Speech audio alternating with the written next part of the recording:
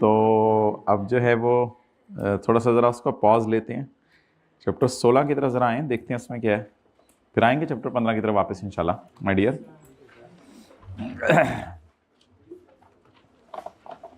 Records and audit, अपने सर पे हाथ फेरें, आगे चलते हैं। Section 174 records. ओके, एवरी जानवर शेल मेंटेन इन तुर्कमानिस्तान, लेकिन अगर टैक्स पेयर है तो in Pakistan. Prescribed accounts, documents and records. Accounts मिसाल के तौर पे P&L बैलेंस शीट, रिकॉर्ड्स मिसाल के तौर पे कोई भी डॉक्यूमेंट्स एंड रिकॉर्ड्स, मिसाल के तौर पे sale agreement etcetera, purchase agreement, invoices. तो माय डियर, टैक्स पेयर ने रिकॉर्ड्स कहाँ रखने हैं? चले मैं बता देता हूँ, इन पाकिस्तान। सुबह सुबह भी आप फ्रेश नहीं होते। पॉइंट नंबर 2, अगर आपने पेज 386 से पिछला पेज है, हाइब्रिड सेकंड रो, पेज 386 से पिछला पेज है, पेज 385। अगर आपने कोई खर्चा किया लेकिन उसके रिकॉर्ड दिखाने से आपने इनकार कर दिया, तो वो खर्चा डिसअलाउ हो जाएगा। वेरी सिंपल, होना भी चाहिए। कमिश्नर में डिसअलाउ हुआ खर्चा if the tax payer do not provide the record of the transaction. Next, ये जो अकाउंट्स और डॉक्यूमेंट्स हैं, इनको कितने साल के लिए आपने संभाल के रखने? 6 साल के लिए। यानी 30 जून 2010 के बिजली के बिल आपने संभाल के रखने हैं 30 जून 2016 तक। ये 15 वाला क्लास के बाद मिले, जरा मुझे। कोई भी चीज हो सकती है, नोट कर लिया? Well done. वेलकम। तो माशाल्लाह सकरदू से आए, सकरदू से, गिलगित से, सकरदू से, गिलगित से, गिलगित से।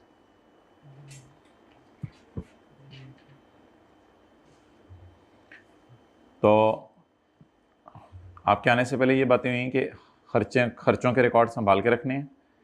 अगर खर्चे का रिकॉर्ड संभाल के ना रखा तो वो खर्चा डिसअलाउ हो जाएगा। और अगली बात ये हुई कि खर्चों के रिकॉर्ड और सारी चीज़ों के रिकॉर्ड 6 साल तक संभाल के रखने हैं। बस ये बातें हुई हैं। तो बताते हुए मुझे शर्म सी आ रही थी, इतनी आसान बातें थी। The accounts and documents shall be maintained for a period of 6 years after the end of the year to which they relate. If they relate to 2010 then we will keep them till 2016। लेकिन अगर obviously कोई court case हो गया आपके खिलाफ, तो फिर आप रिकॉर्ड संभाल के रखें जब तक कि कोर्ट का फैसला ना आ जाए। इन केस ऑफ अ प्रोसीडिंग, यानी कोई केस आपके खिलाफ हो गया, कोई हरकत आपने ऐसी कर दी, ये कर तो कोई और रहा था, आप पकड़े गए। In case of man is known by the company, in case of a case, ओ सुभान अल्लाह, क्या फिक्रा बन गया। In case of a case is pending, the record will be kept till the final decision. कौन फाइनल डिसीजन देगा? Court.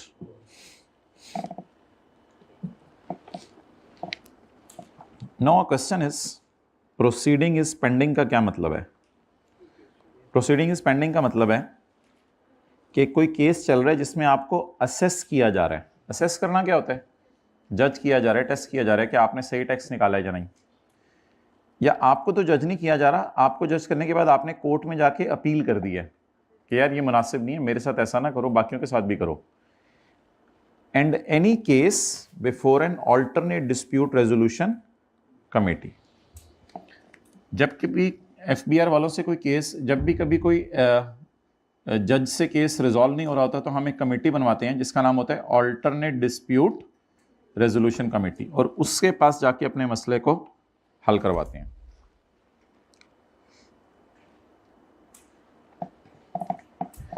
लेकिन अगर आपके पास फॉरेन इनकम है, फॉरेन इनकम है, फॉरेन एसेट्स हैं और फॉरेन एक्सपेंसेस हैं, तो आप फिर मेंटेन करें रिकॉर्ड फॉर मरते दम तक। ज़ाहिर बात है क़यामत तक तो मेंटेन नहीं करने, अनलेस कि क़यामत पहले आ जाए हमारे। तो मेंटेन करें रिकॉर्ड्स को इंडेफिनिट पीरियड के लिए, ना ख़त्म होने वाले अरसे के लिए। लेकिन ये किसके लिए रूल? Foreign income assets. जो हज़रात लेट आए हैं पिछली बात से कोई ताल्लुक़ नहीं है, इसलिए फ्रेश माइंड के साथ पढ़िएगा। ख़र्चा क्या होता है? ख़र्चा एक डेबिट नेचर का आइटम है, चाहे ट्रेडिंग अकाउंट में डेबिट कर दें, चाहे मैन्युफैक्चरिंग अकाउंट में डेबिट कर दें, चाहे रिसीट एंड एक्सपेंसेस अकाउंट में डेबिट कर दें, चाहे प्रॉफिट और लॉस अकाउंट में डेबिट कर दें। जहां मर्जी डेबिट कर दें खर्चे को। ट्रेडिंग अकाउंट वो होता है ना जीपी से पहले पहले, ग्रॉस प्रॉफिट से पहले पहले। तो जहां मर्जी खर्चे को रिकॉर्ड कर दें, बस डेबिट हो गया तो खर्चा है।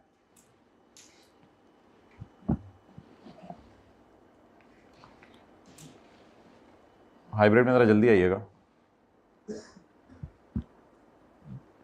अच्छा एंड पे बैठना है, ठीक है जल्दी करें जो भी करना है। कमिश्नर अगर चाहे किसी भी बंदे को कहे कि इलेक्ट्रॉनिक टैक्स रजिस्टर मेंटेन करे, हमने कहा ये क्यों, इसमें क्या होगा? इसमें आप स्टोर करेंगे डेटा और इजीली एक्सेस करेंगे इंफॉर्मेशन को regarding transactions that affect the tax liability. वो कौन सी ट्रांजैक्शंस होती हैं जो टैक्स लायबिलिटी को अफेक्ट करती हैं? सेल की, परचेज की, एक्सपेंसेस की, इन सबको इलेक्ट्रॉनिकली आप मेंटेन कर लें ताकि आपको ऑडिट वगैरह आसान हो जाए।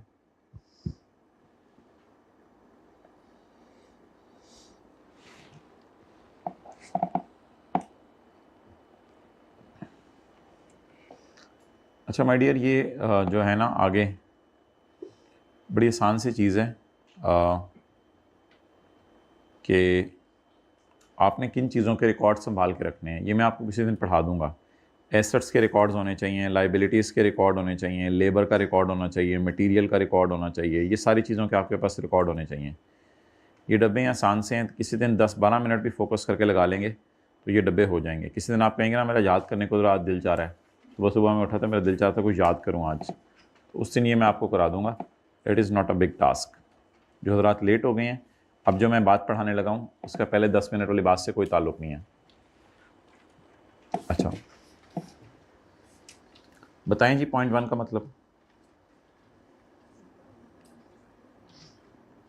बस आप अपने रिकॉर्ड्स को कंप्यूटर पे रख सकते हैं अगर सेफ्टी मेजर्स आप इंश्योर कर लें, यानी पासवर्ड वगैरह लगा लें। तो books of accounts and records may be kept on electronic media if safety measures are insured. कोई मसला नहीं, कंप्यूटर पे रिकॉर्ड रखें। अच्छा केप्ट इलेक्ट्रॉनिक मीडिया, कोई मसला नहीं। अच्छा the books of accounts and records, the books of accounts क्या होता है? P&L बैलेंस शीट वगैरह, और रिकॉर्ड्स क्या होते हैं? सेल, परचेज, इनवॉइस, ये वो। The books of accounts and records of a company shall be maintained, ऊपर लिखा था kept, shall be maintained in accordance with the international accounting standards को माने, लेकिन इसको अब IFRS हो जाना चाहिए, ये बहुत पुराना लिखा हुआ है IAS, और कंपनीज एक्ट 2017। तो माय डियर, कंपनी के लिए क्या रूल है? कंपनी अपने रिकॉर्ड्स को मेंटेन करे किसकी रोशनी में? IAS की रोशनी में और कंपनीज एक्ट की रोशनी में। अजीब सी हेडिंग है, जनरल फॉर्म ऑफ बुक्स, यानी किस फॉर्म में रखें, ऐसे कुछ सवाल आ सकते हैं 2-3 नंबर का। फिर आप केप्ट बता दीजिएगा किस फॉर्म में रखें, और मेंटेन भी बता दीजिएगा।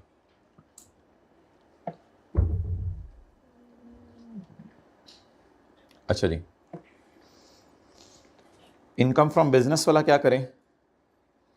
इनकम फ्रॉम बिजनेस वाला अल्लाह भला करे, ये प्लेस बिजनेस वाला रिकॉर्ड रख ले, where business is carried on. लेकिन अगर आपका बिजनेस नहीं है तो फिर आप रिकॉर्ड्स कहाँ रख लें? अपने घर में रख लें, और एड्रेस हमें बता दें प्लीज, एड्रेस हमें बता दें।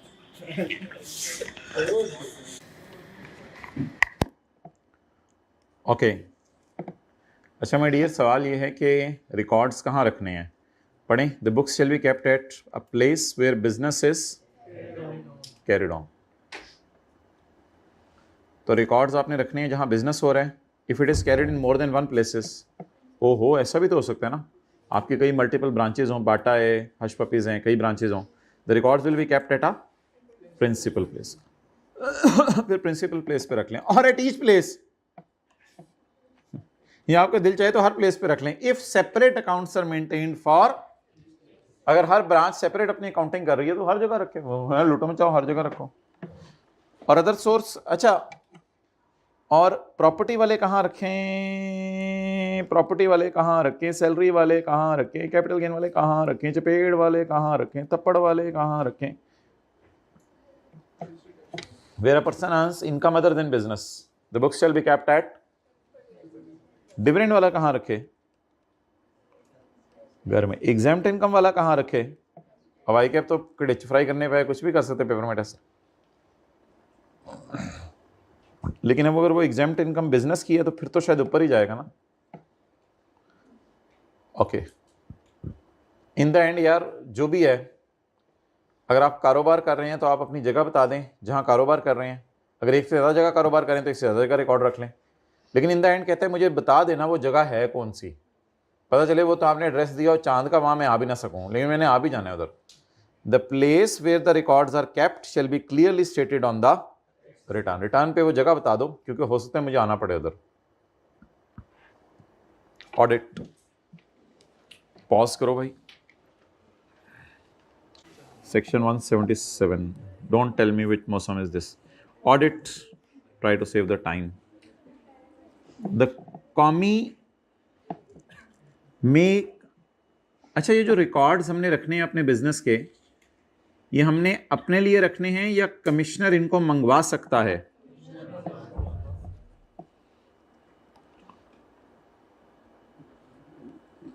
कॉमी may call for the documents, books of accounts, कॉमी मंगवाएगा, कॉमी मंगवाएगा, मेक कॉल।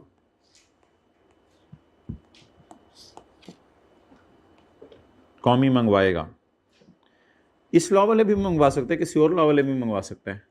अच्छा, रिकॉर्ड इसलिए मंगवाएगा कि उस पर रख के समोसा खाएगा। फॉर कंडक्टिंग ऑडिट, पॉज करो।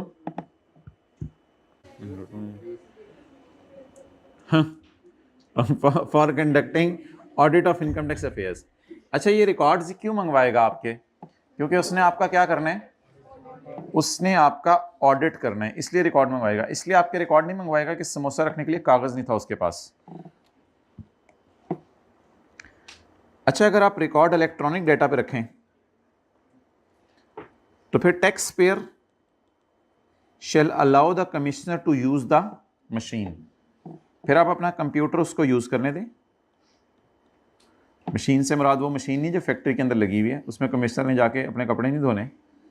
Allow the commissioner to use the machine and shall allow him access to tested hard copies. और अगर आपको ज़्यादा मसला है तो कमिश्नर को आप हार्ड कॉपीज निकाल के दे दो। अगर कमिश्नर को मसला है तो उसका टेस्ट साइन वगैरह वो कर देगा। For investigation of tax payer और of any other tax payer, आपके प्रेमिसेस में आके आपकी इन्वेस्टिगेशन भी कर सकता है, आपके प्रेमिसेस में आके किसी और की इन्वेस्टिगेशन भी कर सकता है। तो during Honda audit Berger paint data may be checked from Honda, Honda से,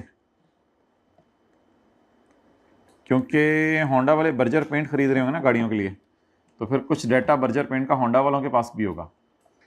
तो आपका ऑडिट करते करते आपके सप्लायर्स का ऑडिट भी किया जा सकता है, क्योंकि हो सकता है बर्जर पेंट की मेजर सेल होंडा को ही हो। ड्यूरिंग, ये जो लिखा हुआ है ना, ऑफ टैक्स पेयर और of any other tax payer, during Honda audit Berger paint data में be checked from Honda.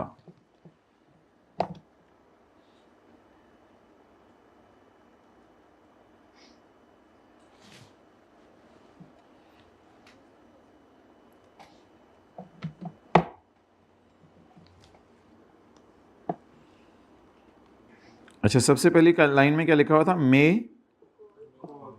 Call. Call करने के बाद अब इसका ऑडिट शुरू होगा। तो जो हजरात लेट आए हैं, ऑडिट करने के लिए हमने उसके रिकॉर्ड मंगवाए हैं, अब उसको ऑडिट करना शुरू करने लगे हैं। After obtaining the records of a person, जब आप उसके रिकॉर्ड मंगवा लें, कि जब वो कहे कि मेरे पास रिकॉर्ड नहीं है, कुछ लोग होते हैं कहते हैं मेरे पास रिकॉर्ड नहीं है, फिर आपको जाना पड़ता है, जाके इन्वेस्टिगेशन करनी पड़ती है। द कॉमी shall conduct audit of the personal affairs, फिर देखेगा कि इसका रिश्ता क्यों टूटा, sorry, of income tax affairs, फिर इसके इनकम टैक्स अफेयर्स को देखेगा, including examination of accounts, records, खर्चे पूछेगा कौन कौन से किए, आपके पास एसेट्स कौन से हैं, लाइबिलिटीज़ कौन सी। ऑडिट में यही चीज़ें पूछी जाती हैं, खर्चे क्या हैं, एसेट्स क्या हैं, लाइबिलिटीज़ क्या हैं। कोरोना से डर लग गया था कमिश्नर को, तो इसलिए वीडियो लिंक भेज के आपको ऑडिट करेगा। Commissioner may conduct audit electronically through video link. आप भी जूम पे आ जाओ अपने घर में, मैं भी जूम पे आ रहा हूँ अपने घर में, जूम और जूम खेलते हैं, जैसे कभी कभी सर बुलाते हैं टेस्ट की मीटिंग। अच्छा जी, 2A ज़रा हट के है, इसलिए इसको मैं बाद में पढ़ता हूँ।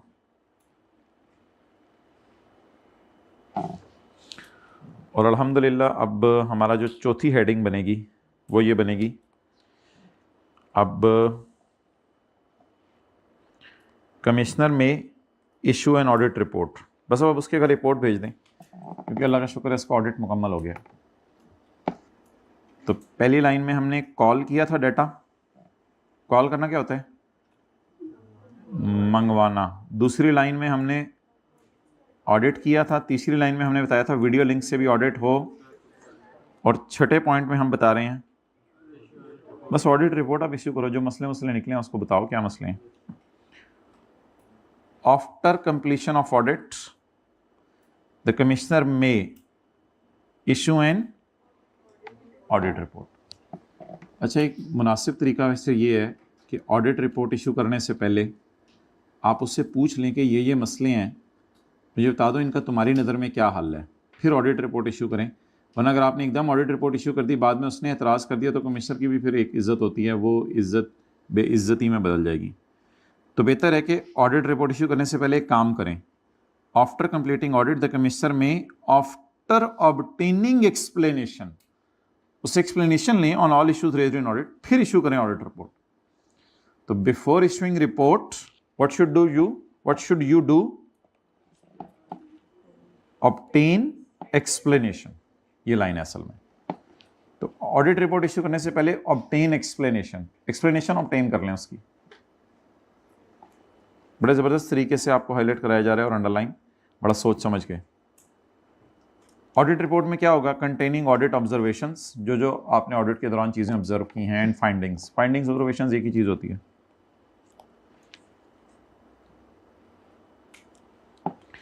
और इन द एंड कमिश्नर में amend the assessment.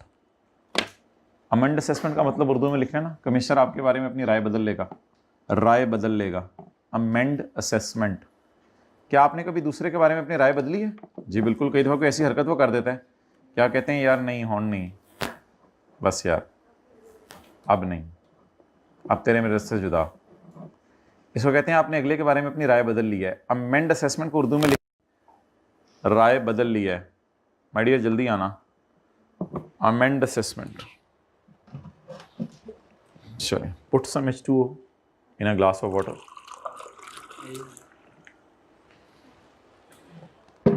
and enjoy this H2O without KMNO4.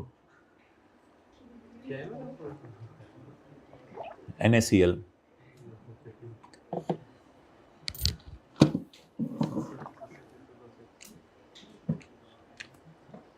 असल में जब ऑडिट करने कमिश्नर आता है ना, तो कमिश्नर के कानों में जो लोगों ने डाला होता है वही राय होती है। जैसे आप किसी से मिलने जाएं तो पहले से कोई राय कायम करके जाते हैं, हालांकि दूसरों से पूछना नहीं चाहिए उसके बारे में, गड़बड़ भी लोग करते हैं, गिबत कर देते हैं। तो कमिश्नर जब आता है ना आपके पास, तो उससे पहले ही कुछ ना कुछ आपके बारे में अपनी राय बना के आया होता है। ऑडिट करने के बाद ऑब्वियसली वो राय मेंटेन तो नहीं रहती, वो राय बदल जाती है। मेंटेन भी रह सकती है, ज़रूरी नहीं कि। तो अगर आप, हो सकता है आप अच्छी राय पहले बना के आए हो और ज़्यादा वर्स्ट बंदा वो निकले, और हो सकता है पहले आप सोच के आए हो कि नहीं यार ये तो बहुत ही बुरा बंदा है, और ऑडिट करके पता चले यार ये तो बहुत ही अच्छा बंदा है, तो आप राय बदल सकते हैं अपनी, कोई मसला नहीं। After issuing the audit report issue करने के बाद कमिश्नर में अगर ज़रूरी समझे, अगर ना ज़रूरी समझे तो खैर है, अगर ज़रूरी समझे तो अमेंड द असेसमेंट।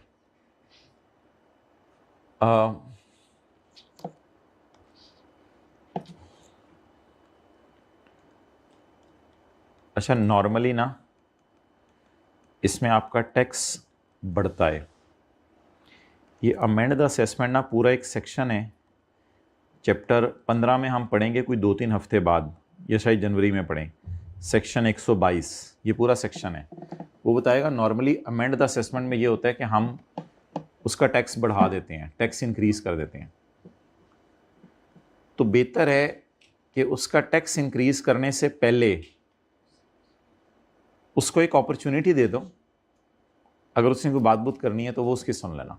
आगे उसने थोड़ा सा ज़रा नरम लहजा इस्तेमाल किया है, after providing H opportunity of being heard, opportunity उसको दें। ऑफ बीइंग हर्ड को अगर आप ब्रैकेट में लेके अलग से याद कर लें तो फिक्रा बड़ा आसान हो जाएगा आपके लिए। आफ्टर प्रोवाइडिंग अपॉर्चुनिटी, किसको, क्या opportunity, of being heard. Of being heard को क्यों इग्नोर करके याद कीजिएगा, जल्दी हो जाएगा। After providing an opportunity to tax payer, क्या अपॉर्चुनिटी, उसकी बात सुने, उसकी बात सुन के आप अल्लाह का शुक्र है बदल दें, amend the assessment. Section 177 shall not apply, section 177 not apply. Section 177 क्या क्या कह रहा था, रिकॉर्ड मंगवाएं, ऑडिट करें और फिर ऑडिट रिपोर्ट इशू करें, फिर अमेंड करें असेसमेंट, ये सारा ना करें। अल्लाह अकबर, रशीद नहीं, section 177 shall not apply to a person, ऐसे बंदे पे नहीं लगेगा। whose income tax affair have been audited in any of the preceding, अगर पिछले 4 सालों में कभी, अच्छा वैसे मुझे ये बताएं कि ऑडिट हर साल हर बंदे का होना पाकिस्तान में पॉसिबल है, इम्पॉसिबल है। सिर्फ आप इचरा के अंदर ही चले जाएं तो हज़ारों दुकानें हैं वहाँ, टाउनशिप के अंदर तो पूरी एशिया की सुना बड़ी मार्केट है, तो हर दुकानदार का हर साल कैसे ऑडिट हो सकता है, इम्पॉसिबल है। तो याद रखिएगा FBI जान मार के भी पूरे पाकिस्तान के 1-2% लोगों का ही ऑडिट कर सकते हैं, इससे ज़्यादा कर नहीं सकता, इसलिए उसकी कोशिश होती है पहले बड़ी मछलियों को पकड़ा जाए जिनसे ज़्यादा टैक्स आने। तो ऑडिट करना इतना आसान काम तो नहीं है, कॉल फॉर द रिकॉर्ड्स मंगवाएं और फिर चेक करें, और वो तो बहुत लंबा काम है ऑडिट करना। तो एक बंदा ही आमतौर पे ऑडिट करने दूसरे के इदारे में चले जाए तो महीना डेढ़ वैसे ही लग जाता है, वहाँ पता ही नहीं चलता। तो इसलिए कहते हैं कि अगर आपका पिछले 4 साल में अगर एक दफ़ा ऑडिट हो गया ना तो मैं आपको तंग नहीं करूँगा, लेकिन अगर 4 साल गुजर गए हैं अब मैं आकर आपका ऑडिट कर सकता हूँ। लेकिन इस चीज़ को तो लोग मिसयूज़ कर सकते थे कि हमारा तो ऑडिट हो ही नहीं सकता 4 साल तक, अल्लाह का शुक्र है जो मर्जी करो। तो आगे उसने कहा सॉरी कमिश्नर में select a person for audit with the board approval, लेकिन बोर्ड अगर अप्रूवल दे दे तो बीच में भी तंग कर सकता है, वो कोई मसला नहीं। लेकिन जनरल रूल ज़रा पढ़ लें, बहुत बड़ी रिलैक्सेशन है ये, माने ना माने बहुत बड़ी रिलैक्सेशन है। सेक्शन 177 लगेगा ही नहीं, किस बंदे पे नहीं लगेगा, ये इसी तरह बच्चा लेट आ रहा है और रोज़ाना टीचर उसको मारने को तैयार है, बच्चा कहते हैं पिछले 4 दिनों में अगर एक दफ़ा मार पड़ गई है तो होने नहीं, अब एक दफ़ा ये दिन पूरे होने दें, उसके बाद अगर मैं रोज़ाना लेट आऊँ तो मारें, लेकिन फिर 4 दिन दोबारा नहीं मारना, चाहे मैं लेट भी आऊँ। बहुत बड़ी रिलैक्सेशन है। Section 177 shall not apply to a person whose affairs have been audited in any of the 4, पिछले 4 सालों में अगर एक साल भी आपका ऑडिट हो गया तो इस साल ऑडिट नहीं होगा। लेकिन एक्सेप्शन है ना, एक्सेप्शन है, कोई बड़ी मछली हो वो बहुत ज़्यादा तंग कर रही हो तो पकड़ लें उसको फिर, लेकिन फिर कमिश्नर को किसकी इजाज़त लेनी पड़ेगी, बोर्ड की।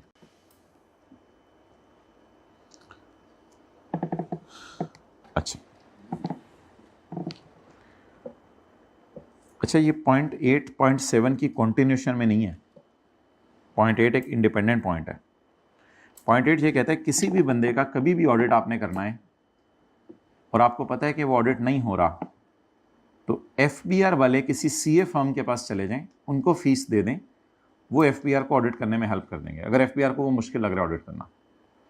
तो एफबीआर वाले सीए फर्म और कॉस्ट एंड मैनेजमेंट अकाउंटेंट की मदद ले सकते हैं। द बोर्ड में अपॉइंट, लेकिन इसकी अपॉइंटमेंट बोर्ड करेगा, कमिश्नर नहीं करेगा। पॉइंट 8.7 की कॉन्टिन्यूशन में नहीं है, जनरल बात कर रहा है। The board may appoint a CA और a cost and management accountant, लेकिन वो अकेला नहीं हो सकता, वो फर्म होनी चाहिए, अकेले सीए को नहीं, वो तो हो सकता है इतना समझदार ना हो, फर्म को पूरी हायर करें। The board may appoint a firm of CA और firm of cost and management accountant to conduct audit of income tax affairs of a person selected for audit.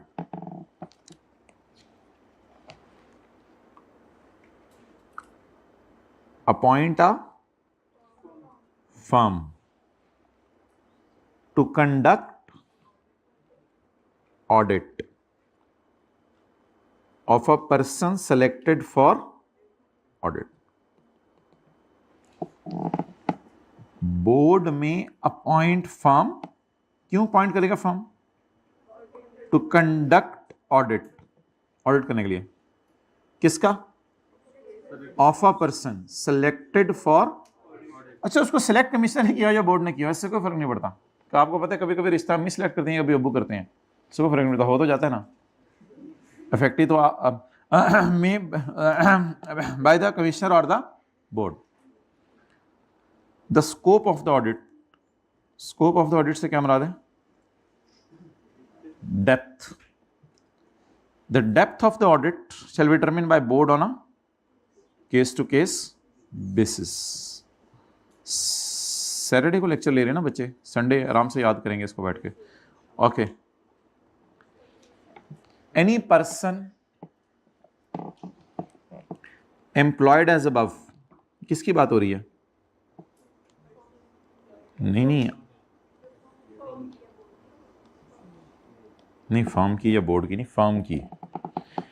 बल्कि इसी तरह कर लेना, इन दोनों की तरफ क्यों करना, बल्कि इसको इस तरह कर लेते हैं, एनी फर्म, फर्म भी तो पर्सन है, एओपी पर्सन है, कंपनी पर्सन है।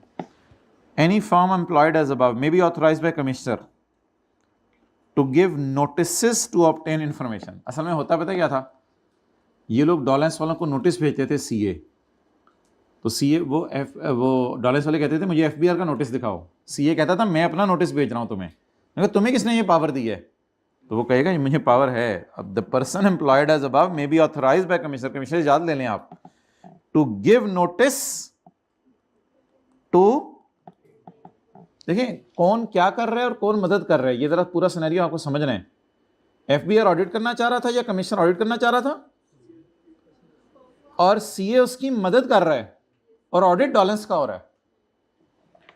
तो a firm employed as above may be authorized by commissioner to give notice to डॉलेंस टू ऑब्टेन इन्फर, और यहां तक इजाजत दे देगा तुम उनके घरों तक घुस जाओ, and to enter into premises, business premises, और अगर रिकॉर्ड्स घर में पड़े हुए तो घर घुस जाओ।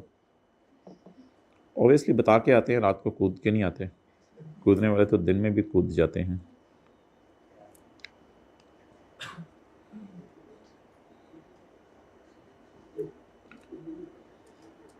ये लोग ऑडिट करने आ गए, तो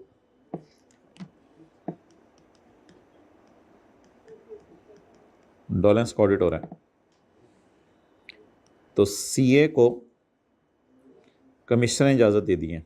नंबर 1, नोटिस इशू करो टू ऑब्टेन इंफॉर्मेशन, और दूसरी इजाज़त दे दी है to enter into premises. Underline किया हुआ पढ़ें, where a person, where a person tax pair,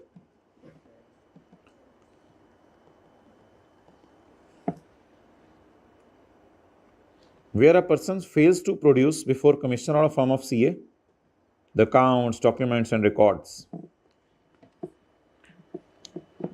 CA records मांग रहा है, डॉलेंस वाले करें रिकॉर्ड्स वो तो जल गए, चलो सेल परचेज की एग्रीमेंट लिया वो भी जल गए। तो इस तरह लोग फिर 2 नंबरियां करते हैं।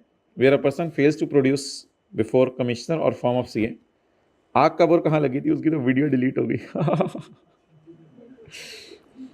मेरा पर्सन वो जगह दिखा दो, उधर तो मेरे से फेरी करा दिया। यार तुम कर क्या रहे हो हमारे साथ, पर रिकॉर्ड नहीं दिखाने।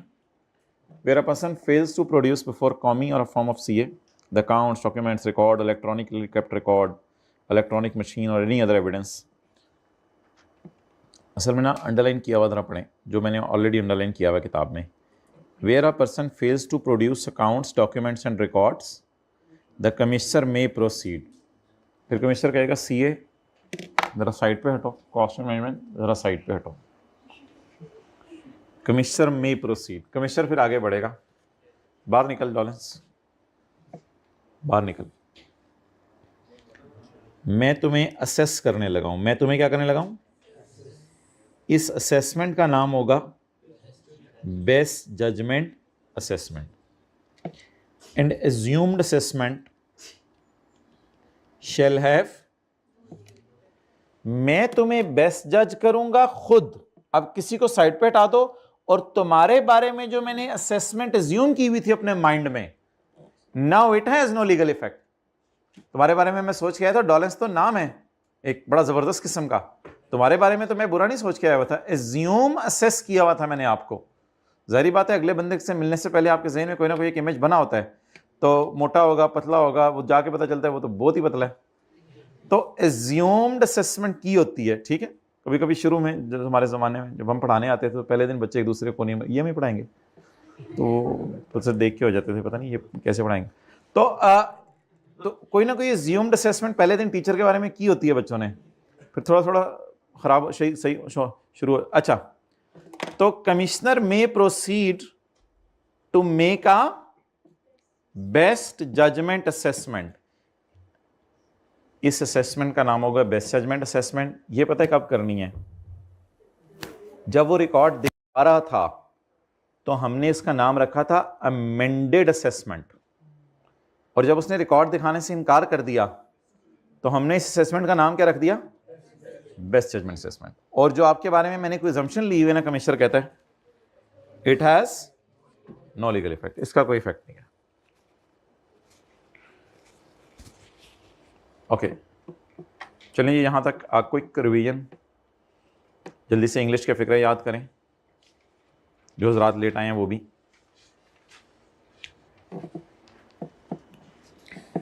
आपने अपने accounts, documents and records Pakistan में रखने हैं। कमिश्नर आपको खर्चा माइनस नहीं कर, अच्छा इतना आसान चैप्टर था, आप खुद भी पढ़ सकते थे। कमिश्नर आपको खर्चा माइनस नहीं करने देगा अगर आप रिकॉर्ड दिखाने से इनकार कर दें। ये जो आपने अकाउंट्स एंड डॉक्यूमेंट्स है 6 साल के लिए संभाल के रखने हैं, जिस साल थे उस साल से आगे 6 साल।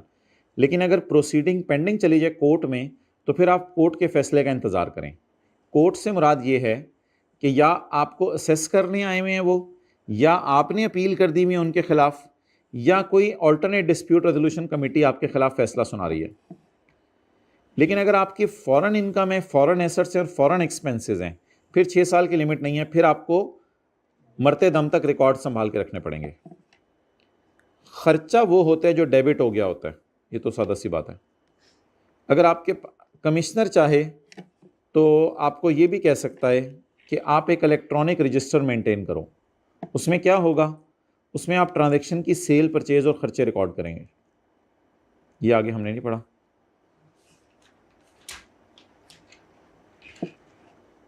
आप इलेक्ट्रॉनिक डिवाइसेस पे भी अपने रिकॉर्ड रख सकते हो। आपने पाकिस्तान में रहते हुए अकाउंटिंग स्टैंडर्ड्स को फॉलो करना है जो दुनिया में चल रहे हैं, और कंपनी लॉ को फॉलो करना है अगर आप कंपनी हो, फिर आपके रिकॉर्ड्स वैलिड हैं। अगर आप बिजनेस इनकम कमा रहे हो तो आपने अपने रिकॉर्ड्स बिजनेस प्रेमिसेस में रखने हैं, record sale, purchase, rent agreement. और अगर आप बिजनेस एक से ज़्यादा जगहों पे कर रहे हो तो हेड ऑफिस में रखने हैं, प्रिंसिपल प्लेस, सबसे बड़ी जगह हेड ऑफिस में अपने रिकॉर्ड रख लेना। और अगर आप हर जगह के लिए अलग अलग अकाउंट्स मेंटेन करते हो तो फिर हर जगह आप अपने रिकॉर्ड्स रख लेना, कोई मसला नहीं। लेकिन अगर आप बिजनेस के अलावा कोई काम कर रहे हो, प्रॉपर्टी, सैलरी, तो फिर आपने अपने घर में रिकॉर्ड्स रखने हैं। लेकिन हमें बता देना ये अंडरलाइन होना चाहिए था ना, क्लियरली स्टेटेड। लेकिन आप बता देना कि वो जगह कौन सी है जहाँ पे ये रिकॉर्ड रखे हुए हैं, क्लियरली स्टेट करना हमें। कहीं हम ऐसा ना हो आपके रिकॉर्ड कहीं और जाके ढूंढते रहें इचरे में और बाद में वो मॉडल टाउन में पड़े हों।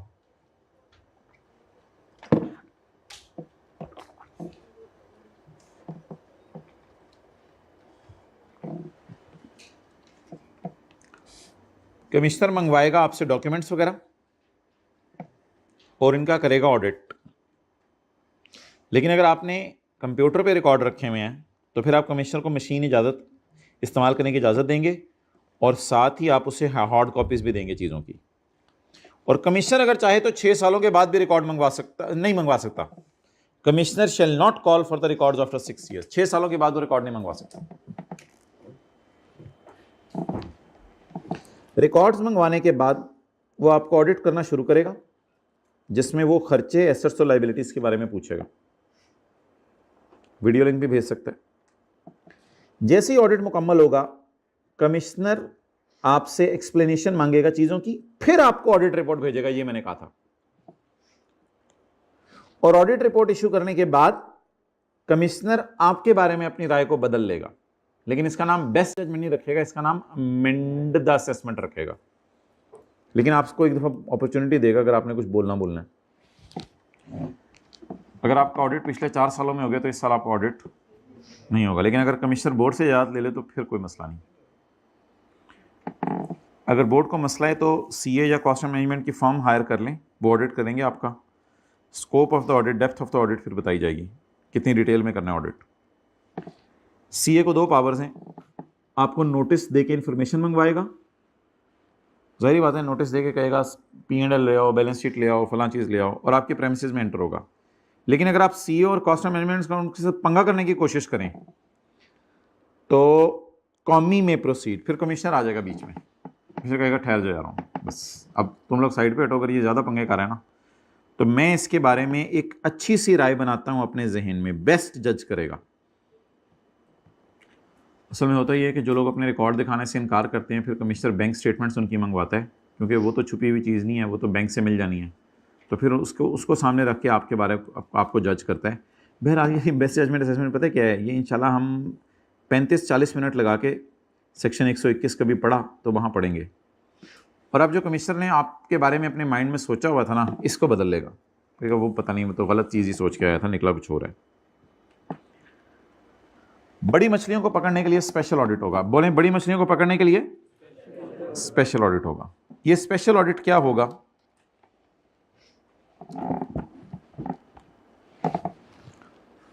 बोर्ड अपॉइंट करेगा as many special audit panels as may be necessary. इसमें कम से कम कितने बंदे होंगे? 2 या 2 से ज्यादा। ये किन में से होंगे? एक क्रिकेटर रख लो, एक हॉकी वाला हो जाए, नहीं, ये ऑफिसर होगा इनलैंड रेवेन्यू का। ऑफिसर चैप्टर 15 में हमने पढ़े थे, additional commissioner, deputy commissioner, assistant commissioner, इनको ऑफिसर्स पढ़ा था हमने। एक तो ऑफिसर होगा इनलैंड रेवेन्यू का, एक सीए फॉर्म का बंदा होगा, एक कॉस्ट एंड मैनेजमेंट फॉर्म का बंदा होगा। ये फिक्र मैं सही नहीं बोल रहा, असल में इन सब में से कोई 2 होंगे, ये असल में है ना, कंप्राइजिंग 2 और मोर। तो इन सब में से कोई 2 भी होगा तो गुजारा चल जाएगा। ऑफिसर और officers of inland revenue, CA form का बंदा हो जाए, कॉस्ट एंड मैनेजमेंट अकाउंट का बंदा हो जाए, या फिर फॉरेन एक्सपर्ट हो जाए और फॉरेन स्पेशलिस्ट। लेकिन फिर डायरेक्शंस बोर्ड देगा, पता नहीं किस कंट्री से इंपोर्ट करना मंगवाना पड़ेगा। Any other person including a foreign expert, क्योंकि बड़ी मछली को ऑडिट होने लगे। अच्छा, इस लाइन का क्या मतलब था? Board may appoint as many panels as may be necessary. एक बड़ी मछली के लिए एक पैनल बना दो, फिर दूसरी बड़ी मछली को पकड़ने के लिए दूसरा पैनल बना दो। पैनल्स टीम्स है ना, तो जितनी मर्जी टीमें बनाओ, जितने मर्जी स्पेशल ऑडिट करो।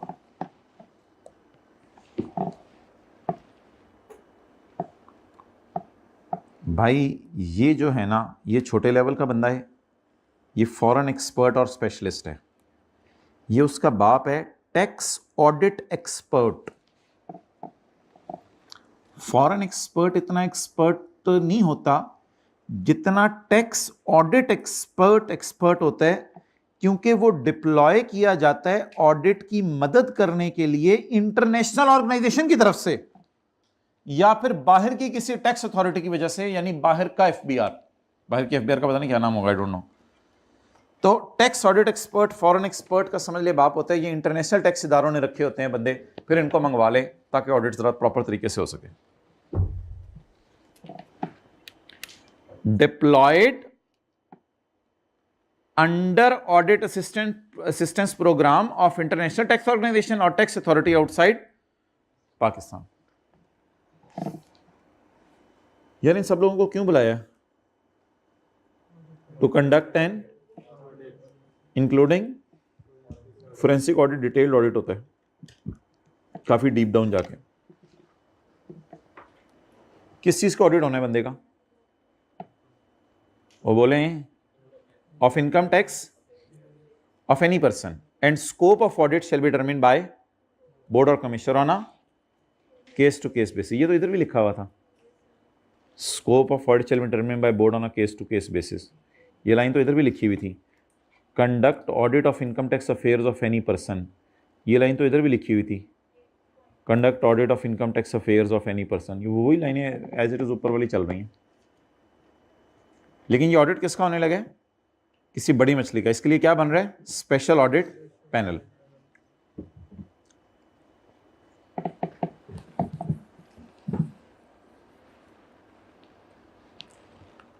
ये लोग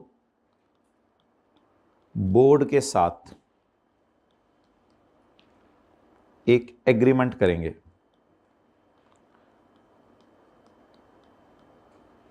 ऑफिसर नहीं, क्योंकि ऑफिसर तो बोर्ड का ही एम्प्लॉय है ना। ये लोग बोर्ड के साथ एक एग्रीमेंट करेंगे कि अल्हम्दुलिल्लाह हम सारी इंफॉर्मेशन को कॉन्फिडेंशियल रखेंगे, किसी को बताएंगे नहीं। ये बोर्ड के साथ एग्री करेंगे, फिर ही बोर्ड इनको करेगा, और अगर इन्होंने एग्रीमेंट ब्रेक किया फिर इनके लिए मसला है। तो बोर्ड के साथ ये लोग एग्रीमेंट करेंगे। If a member is not an officer of inland revenue, यानी इनमें से कोई है, फिर बी से ई, तो the person shall be included in team if an agreement of confidentiality has been entered into। अच्छा, ये एग्रीमेंट किस किस के दरमियान करवाना है? Between the board and the person, या अगर बाहर के मुल्क से आया है वो बंदा तो between the board and the international tax organisation, या board and the tax authority. तो इसके और बोर्ड के दरमियान एग्रीमेंट होगा, या इसके और बोर्ड के दरमियान एग्रीमेंट होगा, या इसके और बोर्ड के दरमियान एग्रीमेंट होगा। और अगर कोई बाहर से बंदा आया तो इससे एग्रीमेंट नहीं होगा, फिर या इससे एग्रीमेंट होगा इदारे लेवल पे, या इससे एग्रीमेंट होगा। आई होप शायद क्लियर होगी आपको बात। उस बंदे के दरमियान और बोर्ड के दरमियान एग्रीमेंट होगा, या international tax organisation tax authority से एग्रीमेंट होगा। और ये एग्रीमेंट किस लिए जरूरी है?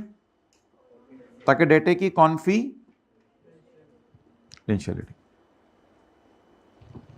आगे बच्चों वाली बातें लिखी है। Special audit panel shall be headed by chairman. अच्छा, चेयरमैन इनका कौन होगा? चेयरमैन, माय डियर, चेयरमैन यही होगा। चेयरमैन नीचे वालों में से कोई नहीं बन सकता। इसको चेयरमैन होगा, यानी इसको कुर्सी दे दी जाएगी, बाकियों को जमीन पर बिठा दिया जाएगा। Who shell be the officer? Repetition repetition repetition. आप अगले की प्रेमिसेस में भी घुस सकेंगे और उससे डेटा भी मांग सकेंगे। For conducting and shall be exercised by officer. आमतौर पे ऑफिसर ही प्रेमिसेस में एंटर होगा और इंफॉर्मेशन मांगेगा। इसको काट दें। आमतौर पे ऑफिसर ही एंटर होगा, क्योंकि ये बड़ी मछली हैं। इनके प्रेमिसेस में फिर अगर सीए शीए को भेज दिया तो मसला हो सकता है, लेकिन आगे जाके हो सकता है वो कोई गुंजाइश निकाल दे। तो इधर इसने ऑफिसर को एंटर करा रहा है। पीछे किसकी इजाजत से कौन एंटर हो रहा था? बोर्ड की इजाजत से सीए वगैरह, और वो भी एंटर हो रहे थे।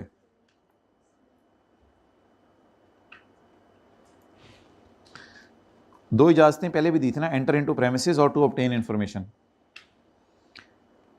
Point 14 is a repetition of point number 10. Point 10 वही है, where a person fails to produce before commissioner और स्पेशल ऑडिट पैनल। बस यहाँ ये फ़र्क है कि इधर लिखा हुआ था कमिश्नर और फॉर्म ऑफ सीए, और इधर क्या लिखा हुआ है, क्योंकि अब फॉर्म ऑफ सीए नहीं है ना, अब तो ये सारे हैं माय डियर। तो if a person fails to produce before commissioner और any documents, records or any other relevant document, electronically kept record, electronic machine, any other evidence, the commissioner may proceed to make a and assume assessment shall have वही repetition। अच्छा जी, special audit panel का अगर एक बंदा भी absent है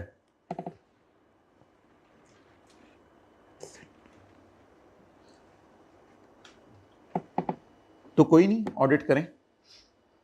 यानी अगर स्टूडेंट में से कोई एक एब्सेंट है तो कोई नहीं, टीचर क्लास पढ़ाए। लेकिन अगर टीचर ही नहीं है फिर मसला है। तो अगर चेयरमैन ही नहीं है तो फिर आप जरा रुक जाएं, अभी चेयरमैन को आने दें। लेकिन अगर चेयरमैन के अलावा बाकी कोई नहीं आया किसी दिन, खैर है यार, फिर ऑडिट चलाएं, खैर है। If any one member of audit panel other than chairman is absent from conducting audit, the proceedings of audit may be continued and the audit shall not be, audit को इनवैलिड नहीं कह देना आपने, यार वो बंदा नहीं आया, वो ऑडिट ही फारग हो गया। तो अगर टीम में 3 बंदे हैं, एक बंदा छुट्टी कर ले, 2 बंदे हैं तब भी एक बंदा छुट्टी कर ले, लेकिन कौन छुट्टी ना करे, चेयरमैन। तो चेयरमैन को देखें काफ़ी जगह प्रोटोकॉल दिया गया है, और सॉरी ऑफिसर को काफ़ी जगह प्रोटोकॉल दिया गया है। पहले ऑफिसर को प्रोटोकॉल दिया गया, तुमने एग्रीमेंट साइन नहीं करना कॉन्फिडेंशियलिटी का, क्योंकि तुम वैसे ही एम्प्लॉई हो। फिर इसको प्रोटोकॉल दिया गया, तुम्हें चेयरमैन बना रहे हैं। फिर अगला इसको प्रोटोकॉल दिया गया, तुम ही ने प्रेमिसेस में एंटर होना है, तुम ही ने उससे इंफॉर्मेशन मंगवानी है।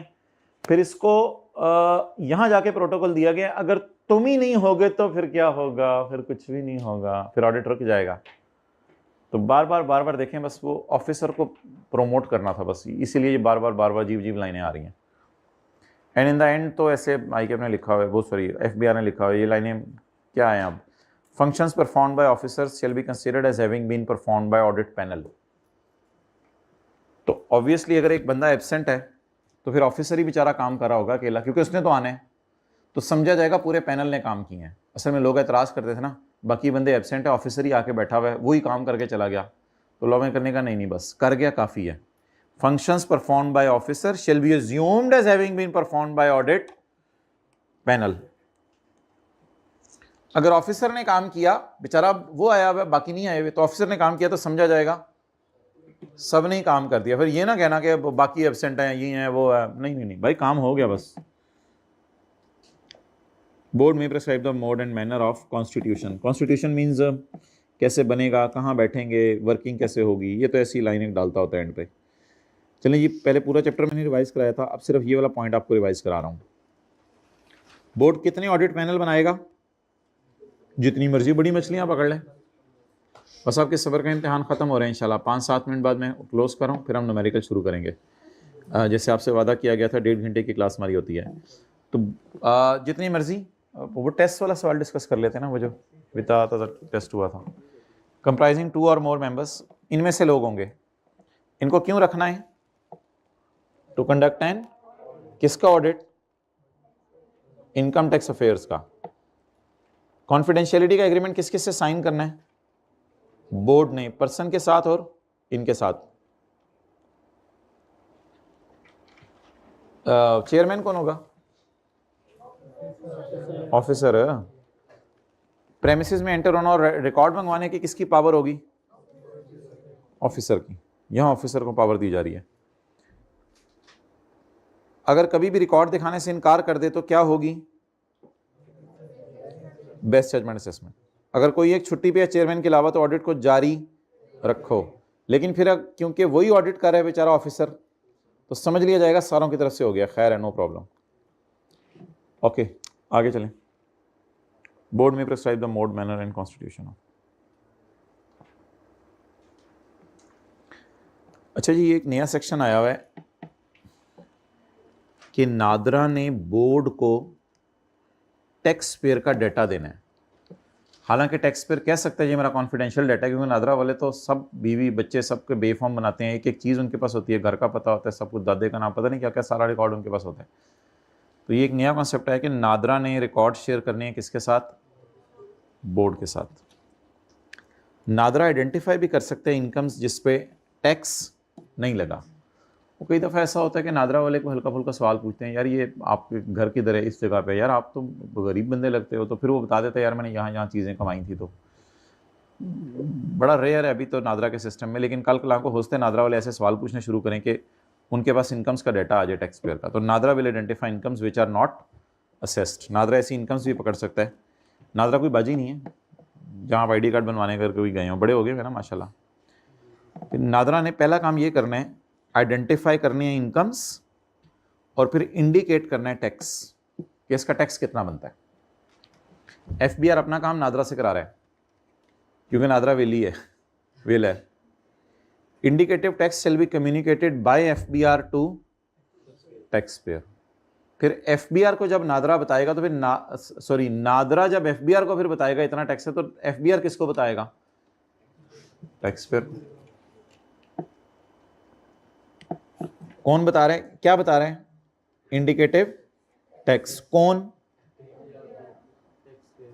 FBR को। FBR किसको बता रहे हैं? क्योंकि FBR को किसने बताया है? नादरा ने। बंदे दो किस्म के होंगे। अच्छा बच्चा क्या करेगा? दे देगा टैक्स। और कोई ऐसा बच्चा हो जो बुरा बच्चा हो, वो टैक्स नहीं देगा। कुछ लोग टैक्स दे देंगे, कुछ नहीं देंगे। तो payment shall be considered as an, तो पेमेंट समझ लिया जाएगा अमेंडेड असेसमेंट। अमेंडेड असेसमेंट वही है, अब आपके बारे में राय बदल ली जाएगी, लेकिन अब ये राय अच्छी वाली है, अल्लाह का शुक्र है। यार ये अमेंडेड असेसमेंट क्या होती है पढ़ेंगे हम कभी सेक्शन 122 में। और अगर आप टैक्स पे करने से इनकार कर दें, बोर्ड शैल टेक एक्शन। थप्पड़, चपेड़, डंडे, सोटे, तो board shall take the action. चलें जी, अल्हम्दुलिल्लाह सेक्शन 175B भी हमारा हुआ। पढ़ें दोबारा क्या है? बाजी बोर्ड को रिकॉर्ड भेजेंगी। बाजी का नाम नादरा। बाजी ये भी बताएंगी क्या क्या कमाया। बाजी हैं बाजाएं। बाजी ये भी बताएंगी क्या क्या कमाया जो नहीं बताया था, नॉट असेस्ड, जो नहीं बताया था। बताया नहीं था इसने, लेकिन बाजी को पता चल गया। वो बाजी तो बाजी हैं। फिर NADRA will compute tax. NADRA फिर टैक्स कैलकुलेट करेगा। नादरा को पता नहीं किस काम लगा दिया है FBR ने ऐसे। ये निहायत ही अजीब सेक्शन है। ये जो टैक्स है फिर ये FBR टैक्स पेयर को बताएगा। फिर टैक्स पेयर अगर टैक्स दे देगा तो समझा जाएगा कि लॉ वालों ने आपके बारे में अपनी राय बदल ली है, अब आप शायद अच्छे बच्चे निकले हैं। और अगर आप टैक्स नहीं देंगे तो बोर्ड फिर आपके खिलाफ एक्शन लेगा।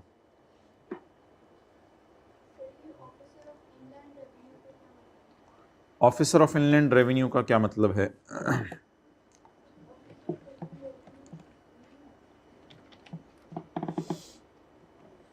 ये चैप्टर 15 का पहला सफ़ा। Officer of inland revenue, additional commissioner, deputy commissioner, assistant commissioner.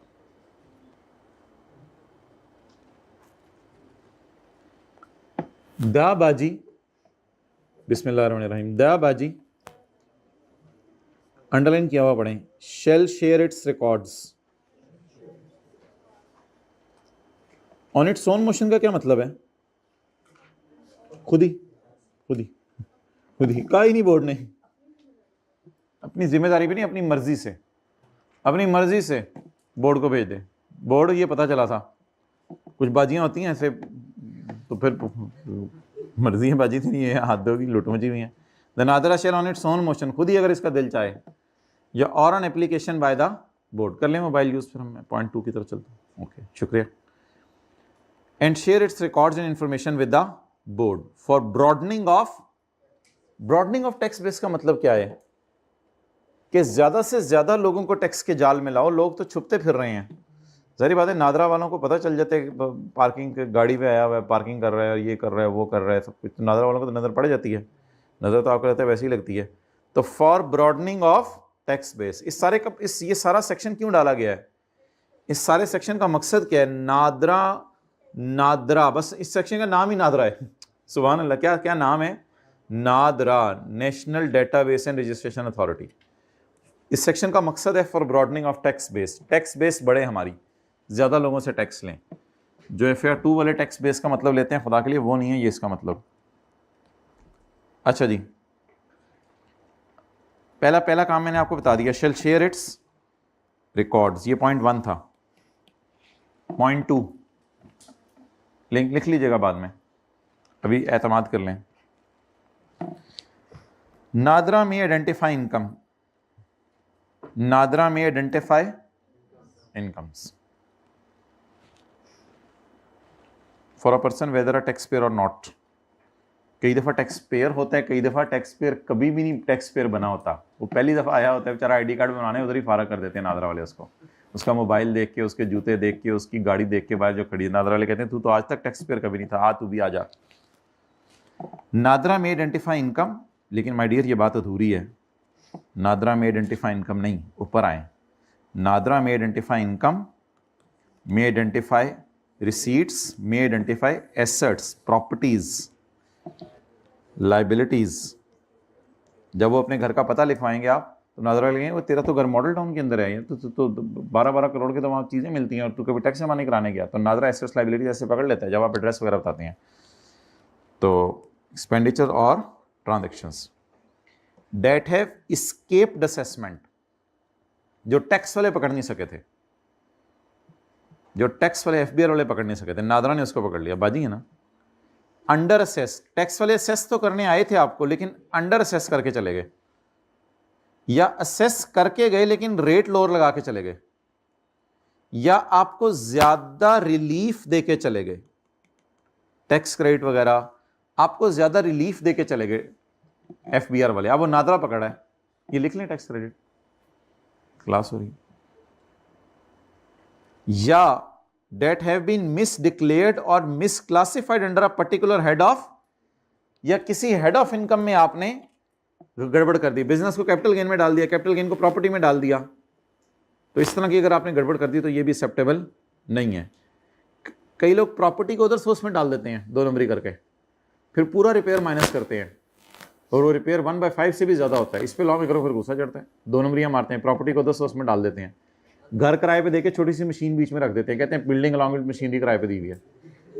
मैंने पागल बनाया तुमने मुझे, इसे तो मिल्क शेक बनाना था, आप कहेंगे नहीं, building together with plant machinery, building together with plant machinery, लोग तो भी लोग है ना। आप भी थोड़ा हमारे साथ मुस्कुराओ ना,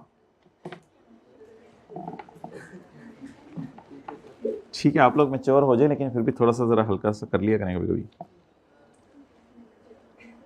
क्योंकि बच्चों के साथ बच्चे बनना पड़ता है। नादरा में आइडेंटिफाई, बाजी क्या क्या बताएंगी, इनकम, आना, एसेट्स, प्रॉपर्टियां, लायबिलिटीज, खर्चे, ट्रांजैक्शंस। इन 6 चीज़ों में क्या बात कॉमन है, या तो ये FBR वाले पकड़ नहीं सके थे, या पकड़ा था उन्होंने हमें लेकिन सही तरह असेस नहीं कर सके हमें, या हमारे पर लोअर रेट लगा के चले गए, या हमें ज्यादा रिलीफ्स दे के चले गए, या हमारी इनकम को किसी गलत हेड में डाल के चले गए।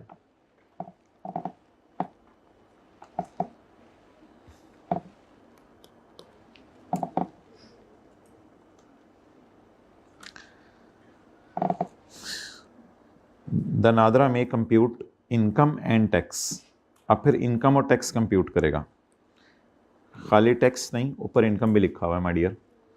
NADRA may compute income and tax of anyone using artificial intelligence, AI, Meta, अच्छा, यूजिंग आर्टिफिशियल इंटेलिजेंस, मैथमेटिक और स्टेटिस्टिकल मॉडलिंग और एनी अदर मॉडर्न डिवाइसेस और कैलकुलेशन मेथड्स आने वाले होंगे कुछ दुनिया में, इसलिए उसने डाल दिया यहाँ पे कुछ तरीके आने वाले हैं जिसमें टैक्स लोगों के खुद निकल रहे होंगे, इधर हमें डाटा दिया हुआ नहीं निकल रहा होता पेपर में, वो आर्टिफिशियल इंटेलिजेंस से निकल रहे होंगे। तो चलिए मैं अपनी बात कर रहा हूँ, मैं आप लोगों की बात नहीं कर रहा, दिल पे ले लेते हैं, और एनी अदर मॉडर्न डिवाइस और calculation method. Okay, the indicative income and tax liability computed by NADRA shall be notified by board to relevant person. ये तो पढ़ा है हमने। The indicative tax shall be communicated by board to tax payer. फिर tax payer को बता देंगे पुत्र तू पकड़ा गया और बाजी ने पकड़ने में हेल्प किया। The indicative tax and liability computed by NADRA. ये इंडिकेटिव पता है क्यों बार बार लफ्ज़ यूज़ करें? क्योंकि ये फाइनल नहीं है। अभी टैक्स पेयर इस पर एतराज़ करेगा, फिर इसको सही करेंगे हम, इसलिए बार बार इंडिकेटिव मीन्स इंडिकेशन दे दी है, आगे देखेंगे क्या करना है। बार बार इंडिकेटिव का लफ्ज़ यूज़ करें। The indicative income and tax liability computed by बाजी shall be notified by board to the person and the person shall have the option to pay the tax. अब आप टैक्स पे कर दें, बस अब खत्म करें बात। टैक्स पे करें on such terms conditions instalments discounts.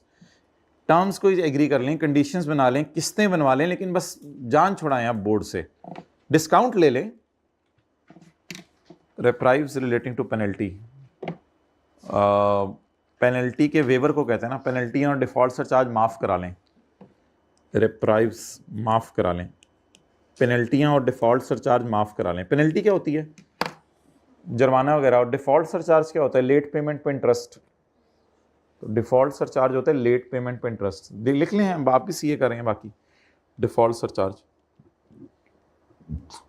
Late payment पे इंटरेस्ट।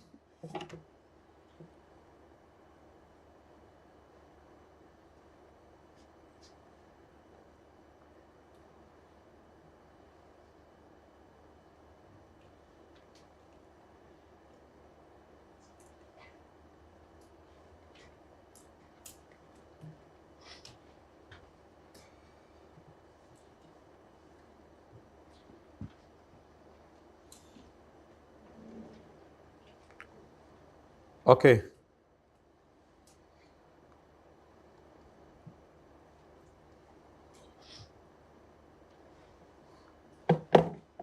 नेक्स्ट माय डियर, इधर पढ़ लें। Indicative income and tax computed by NADRA shall be notified by board to the person. The person shall have the option to pay the tax on such terms, conditions, installments. बंदा वो tax pay करेगा। Discount, reprieves relating to penalty and default surcharge. Time limit का क्या मतलब है? Time limit will be prescribed by board. Time limit for paying tax कौन बताएगा? Board. In case person does not pay tax, in case person does not pay tax, 0.6, अगर ये tax पे ना करे, क्या करना था? किसी को याद है? Board shall take action upon basis of tax liability computed above। चलो यार, मुक्का काम, अल्लाह का शुक्र है। और अगर पे कर दे, if a person pays liability, such payment shall be considered to be an। अब यार ये क्या है? Mandate assessment order. ये पढ़ेंगे माय डियर, ये सारा पढ़ेंगे। इसको आप अभी काटना चाहें काट सकते हैं, कोई मसला नहीं। इसको पेपर में नहीं लिख के आना। अब आप ये नोट कर लें सारा। 1 2 3 4 नहीं 3 तो नहीं अभी है, 3 पढ़ाता हूँ अभी। 1 2 4 5 6 7 1 2 4 5 6 7 1 2 4 5 6 7।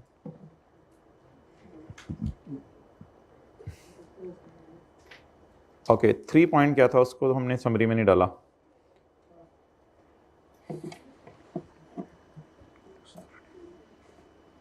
The board may use information communicated to it by NADRA. Board information को इस्तेमाल करे जो नादरा ने दी है। में यूज भी कर सकते हैं एंड मे फॉरवर्ड। ओ तेरी खैर, बोर्ड अपने लिए भी यूज कर सकता है और किसी और इनकम टैक्स अथॉरिटी को भी दे सकता है जो उसके इलाके में है, यानी कमिश्नर, चीफ कमिश्नर, सबको। ये इनकम टैक्स के ही बंदे होते हैं। इनकम टैक्स अथॉरिटी से फराद उधर FBR वाले ही हैं। तो बोर्ड खुद भी यूज़ कर ले और अपने बाकी दफातर को भी यूज़ करने दे इंफॉर्मेशन। तो बोर्ड यूज़ भी करेगा इस इंफॉर्मेशन को और फॉरवर्ड भी करेगा। चलें, ये याद करें माय डियर। अच्छा, ये हमारा पॉइंट रह गया। ये इंशाल्लाह लेक्चर 73 में करेंगे। ये जो sectoral benchmark ratios 2A 2AA 2 double A रह गया हमारा। अच्छा जी, याद करें, दा नादरा खुद ब खुद या बोर्ड की रिक्वेस्ट पे रिकॉर्ड शेयर करेगा बोर्ड से ताकि ज्यादा लोग टैक्स दें। नादरा आइडेंटिफाई करेगा 5 चीजें, अगर इनमें ये मसले थे, the board may use and forward such information to income tax authority, किसी और को नहीं, पाकिस्तान क्रिकेट बोर्ड नहीं। नादरा इनकम भी निकालेगा, नादरा टैक्स भी निकालेगा। उधर नहीं, नादरा को क्या बना दिया, तो काम एफबीआर के हैं, चलो ले रहे। Using artificial intelligence, mathematical and statistical modelling और अदर मॉडर्न डिवाइसेस। ये जो इनकम और टैक्स है जो नादरा कंप्यूट करेगा, बता दिया जाएगा बोर्ड की तरफ से उस बंदे को, और बंदे के पास अब कोई ऑप्शन नहीं है सिवाय इसके कि वो टैक्स दे। हाँ, किस्तें बनवा ले, पेनल्टीज माफ करा ले, डिफॉल्ट चार्ज माफ करा ले, डिस्काउंट ले ले, लेकिन दे सही टैक्स 0.6। और अगर वो बंदा फिर भी टैक्स नहीं देता तो बोर्ड आपके खिलाफ एक्शन ले लेगा। और अगर आप टैक्स दे देते हैं तो अल्लाह का शुक्र है, आपके बारे में अपनी राय बदल लेंगे और शायद अब राय यहाँ अच्छी बन जाएगी। इस किस्म की कोई बात है। टेस्ट वाला क्वेश्चन किताब में है तो निकाल लें, है ना किताब में। मैंने आपको बताया था लेटेस्ट 2 अटेम्प्ट्स आखिरी पेजेस पे हैं बुक की। लेटेस्ट 2 अटेम्प्ट्स ये सवाल था ना, इस तरह का कोई सवाल आया था। ओके, अच्छा जी, ये टेस्ट में सवाल आया था, पता नहीं कौन सा टेस्ट था, टेस्ट नंबर 8। तो अपनी किताब के आखिर में देखें, ये क्वेश्चंस अवेलेबल हैं आपकी किताब के आखिर में। जमशेद और सुल्ताना अल्हम्दुलिल्लाह दोनों का एक ही जितना कद है, और सुल्ताना का नाम नहीं डाला, जो जमशेद ने अपना नाम डाल के केमिकल की एक कोई पार्टनरशिप बना ली है, which is engaged in the manufacturing and supply of industrial chemicals. नहीं मिलेगा अल्हम्दुलिल्लाह, ये नहीं मिलेगा आपको। The following information has been extracted from जेसीज रिकॉर्ड। इनको भी ढूंढ दें, हमें आप पे नहीं मिल रहा, हम क्या उसको ढूंढ के दें। चैप्टर 23 के बाद अगला सफाई सुना है। Following information, sales, cost of sales, GP, admin and selling expenses, finance cost and other income, profit before tax. चले माय डियर, मार्क कर फड़ लो ते वेखते रहो यार, मैंने नहीं नोट करने देना, आपने बस टेस्ट अपना समझ लिया, आप मार्क कर रहे हैं। Income from business, profit before tax कितना है? Leave it, you people relax. Oh no, not at all now. You people must relax. Have a relaxing nap please in this class.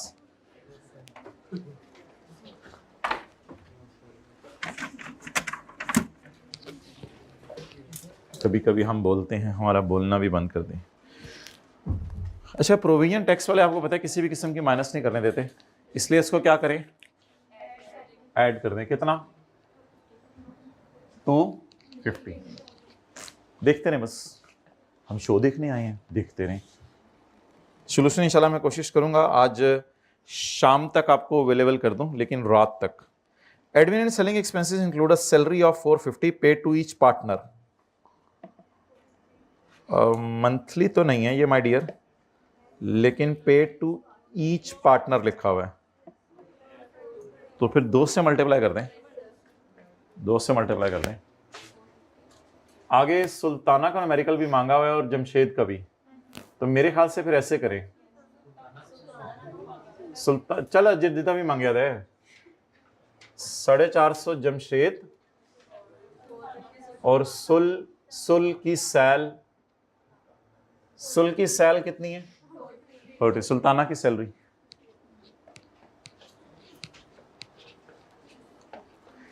Interest पे किया partners को उनके capital पे।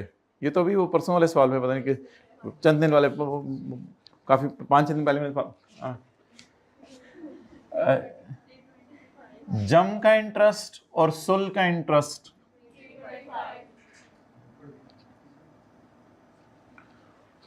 कोई कह रहा है मैंने इसको 12 से मल्टीप्लाई कर दिया था मंथली समझ के, कोई कह रहा है मैंने दोनों पार्टनर की इसी तरह किया था आप लोगों ने। तो अल्हम्दुलिल्लाह आप लोगों में तो मुझे एतमाद है, कम से कम जो इधर बैठे हुए हैं और जो ऑनलाइन वाले माशाल्लाह घरों में हैं। अदर इनकम में बैड डेट रिकवरी पड़ी है 225 की। पहले इसको तो निकालें ना, इसको तो निकालें। 200।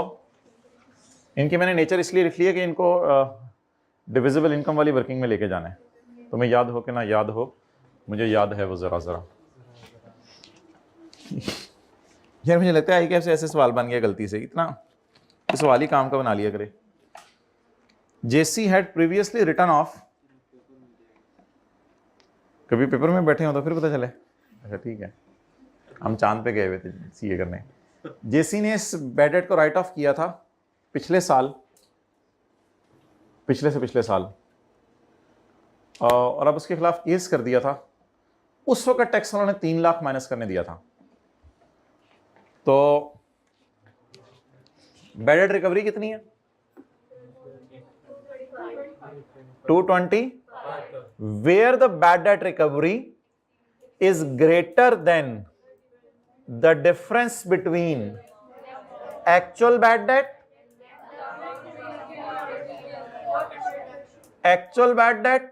and the amount previously allowed as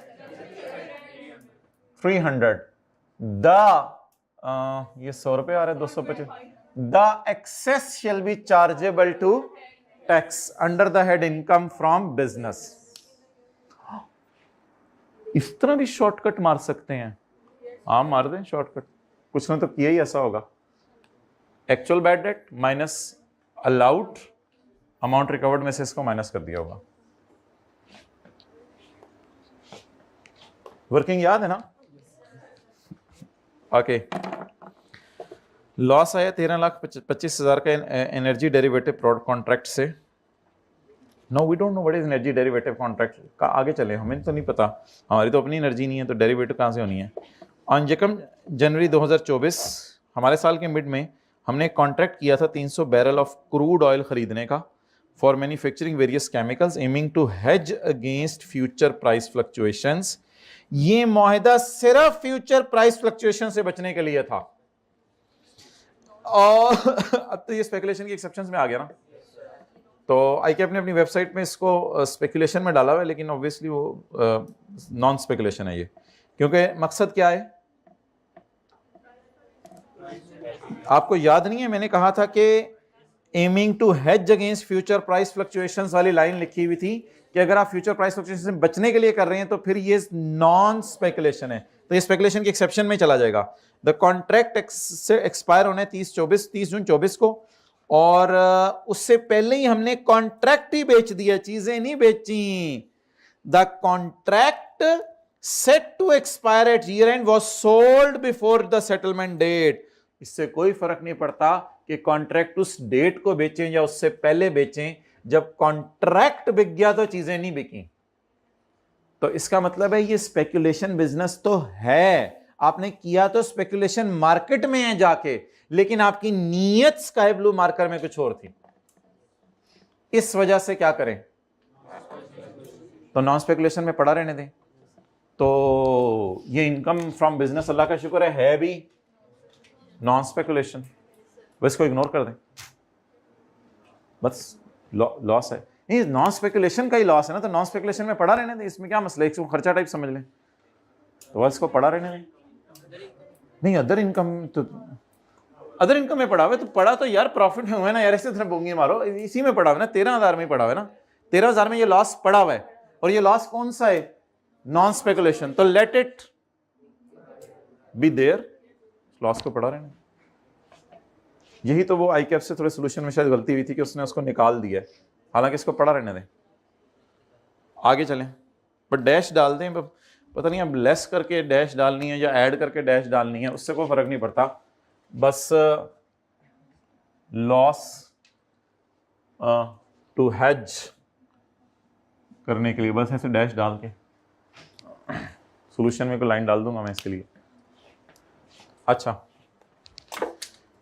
यगम एको Sultana with Jamshed permission moved some of the office furniture to her residence for personal use. ये पता नहीं क्या था, घर से बिजनेस में लेके जा रही है, बिजनेस से घर में लेके जा रही है। Sultana moved furniture to her house, अपने घर लेके जा रही है। इसको डिस्पोजल कहें या एडिशन कहें, सोचिए जरा। डिस्पोजल, तो फिर तो गेन लॉस निकलेगा टैक्स वालों का। और ये ऊपर शुक्र है इंक्लूड कहीं नहीं है, ये इंक्लूड नहीं है किसी में, उल्टाना नहीं पड़ेगा कुछ।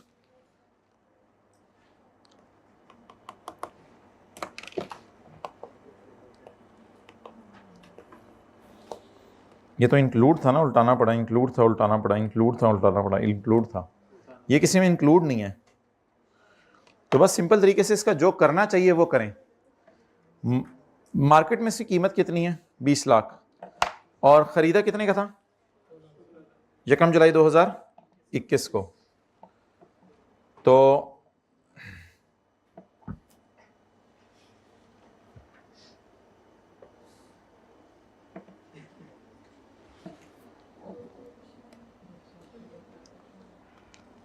टैक्स वालों का गेन लॉस वर्किंग नंबर 2।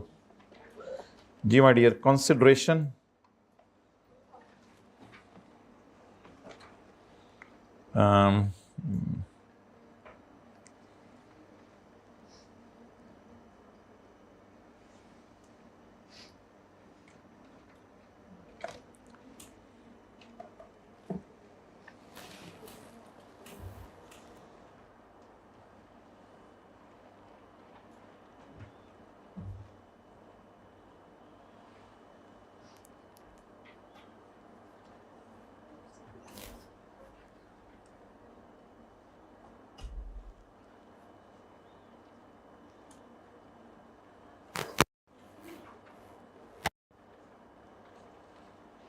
ये था ना स्पेकुलेशन में जो लाइन हमने पढ़ी थी, टू गार्ड अगेंस्ट लॉस वाली। अच्छा, हेजिंग भी कहते हैं इसको, to guard against loss.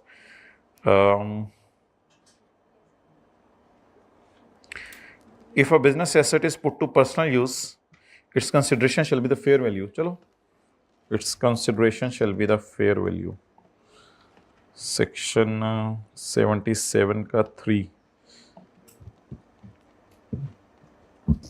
Ji. Consideration कितनी है भाई? 2000। लेकिन मेरे ख्याल से एक वर्किंग और करनी पड़ेगी, वर्किंग नंबर 3।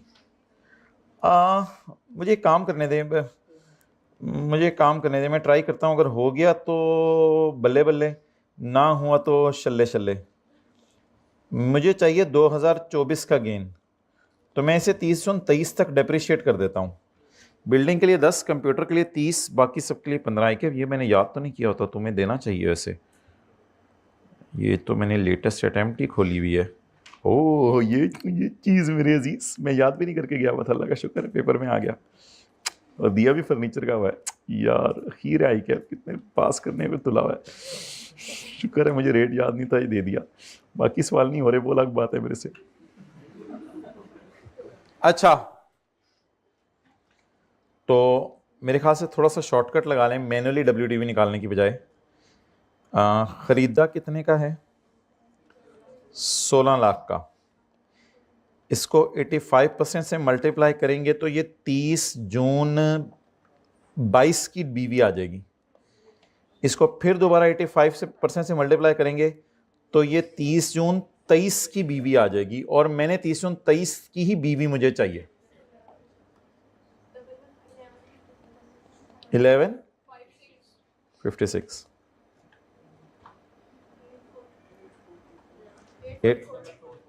844।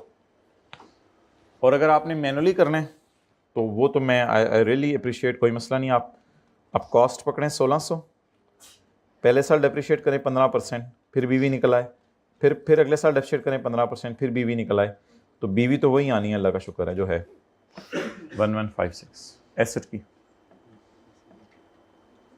ठीक है,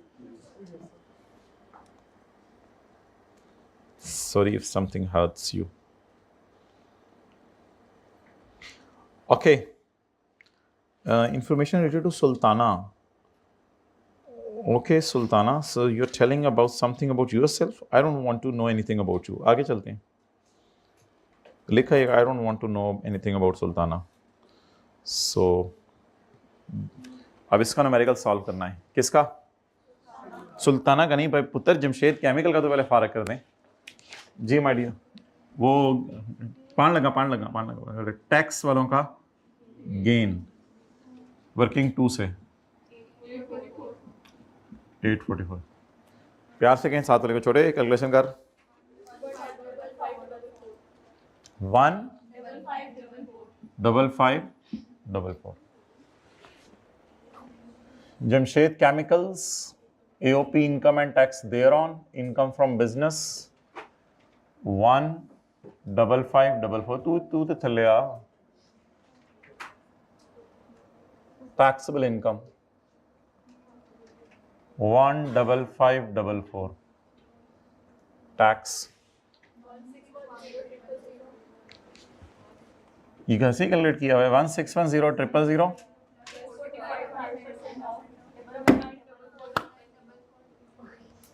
99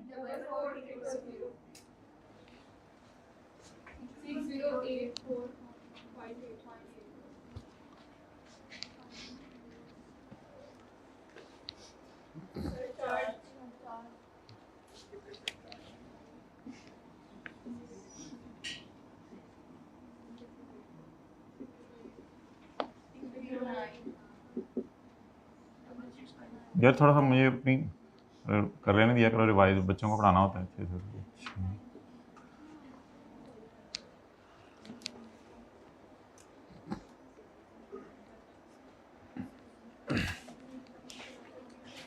ओके माय डियर,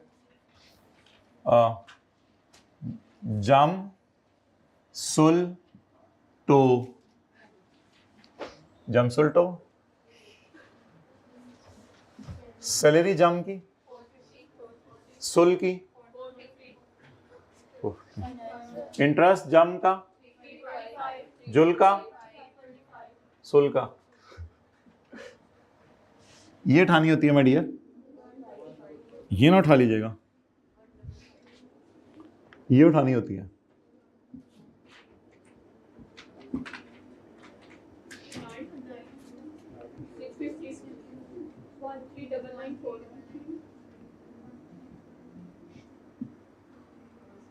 ये कहीं टेस्ट का सॉल्यूशन तो नहीं मिल गया? प्रॉफिट शेयर इक्वल है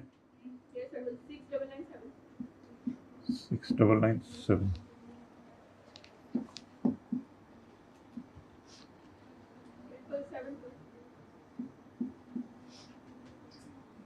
रशीद गल वध गई है, नोट करना पेगा जी। शुरू च इन्होंने किया सी ना, नोट ना करो नाल नाल, गल वध गई है, नोट करना सी नाल नाल। चलो मर्जी है इन्हां दी। I will allow these people to take a pic. Okay? You have done what I have said. Just now ready? Samyullah, ready? Okay.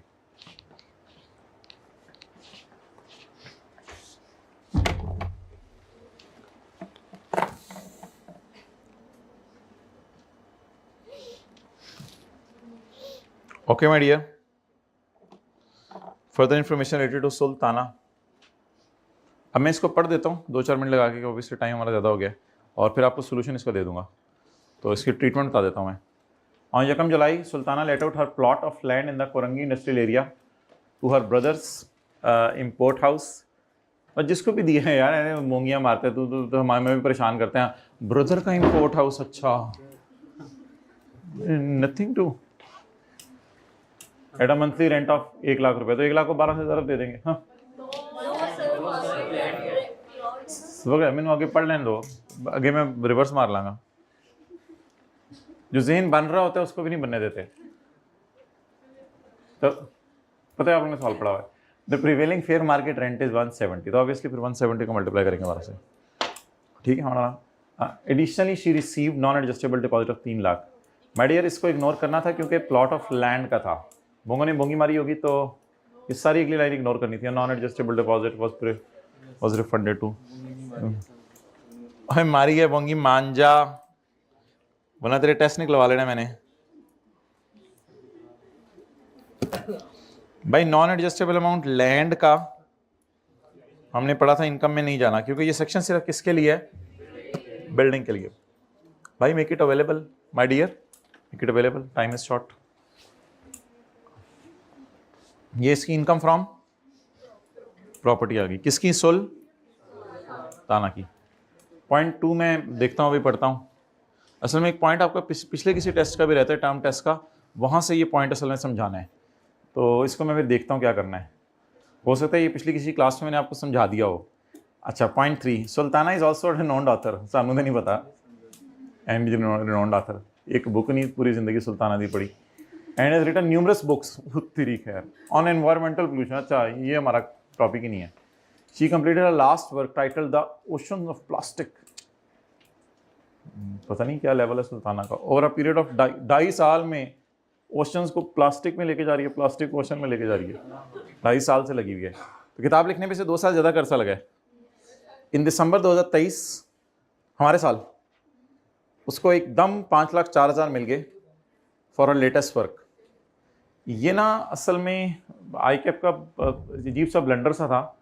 आईकैप ने ना दूसरी रिक्वायरमेंट में जाके पूछे कि सुल्ताना के लिए क्या ऑप्शन अवेलेबल है रॉयल्टी की, तो ऑप्शन इसके पास ये अवेलेबल है कि इसको 3 सालों में गिरा दे, वरना वैसे हो सकता है किसी ने अगर ये रिक्वायरमेंट ना पड़ी होती तो वो इधर भी 3 सालों में गिरा देता।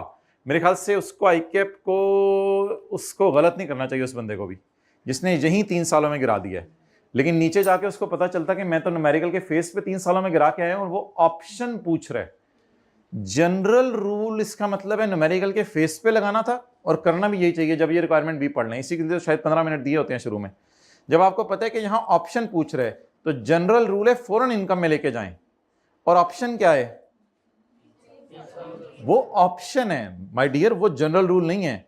उस उधर जाके देखिएगा ही द ऑथर में, तो कितने लोगों ने इधर ही 3 सालों में गिरा दिया था न्यूमेरिकल के फेस पे। ये नहीं करना था फिर, क्योंकि अजीब सा लिंक्ड है जरा ये बातें। उसने कहा था क्या ऑप्शन है, इसका मतलब है यहां फिर कुछ और करना था।